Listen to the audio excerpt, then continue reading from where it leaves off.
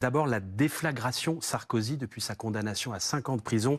Les réactions se multiplient pour dénoncer une justice injuste, à charge et même un complot. Complot, c'est le terme qu'utilise ce matin Nicolas Sarkozy dans les colonnes du journal du dimanche. Avant de vous entendre, voici quelques-unes de ses réactions. Ce qui s'est passé aujourd'hui est d'une gravité extrême pour l'état de droit, pour la confiance qu'on peut avoir pour la justice. Ça me donne le sentiment que la vengeance remplace la justice. C'est vrai qu'il y a une justice qui a envie de se payer des politiques, souvent des politiques qui sont quand même plutôt marquées à droite.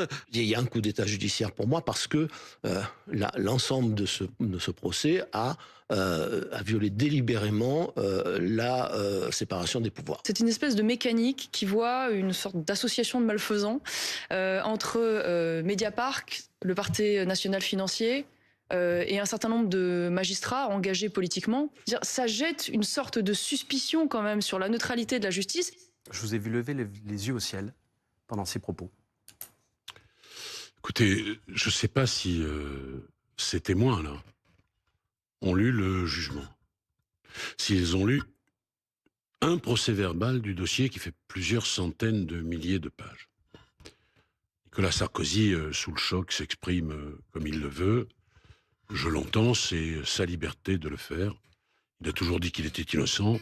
Il est lourdement condamné, il s'exprime comme vous l'avez entendu. Mais alors les autres, c'est quand même extraordinaire. Une association de malfaisants, voilà ce que dit... un coup d'État. Un coup d'État.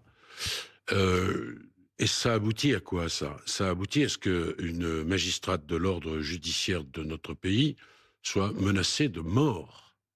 Alors, quand on avance des choses de cette nature, et qu'on le fait de cette façon, on apporte la preuve, vous m'entendez, de la haine, du complot, de l'association, non pas de malfaiteurs, mais de malfaisants dont parle Madame Marion Maréchal Le Pen.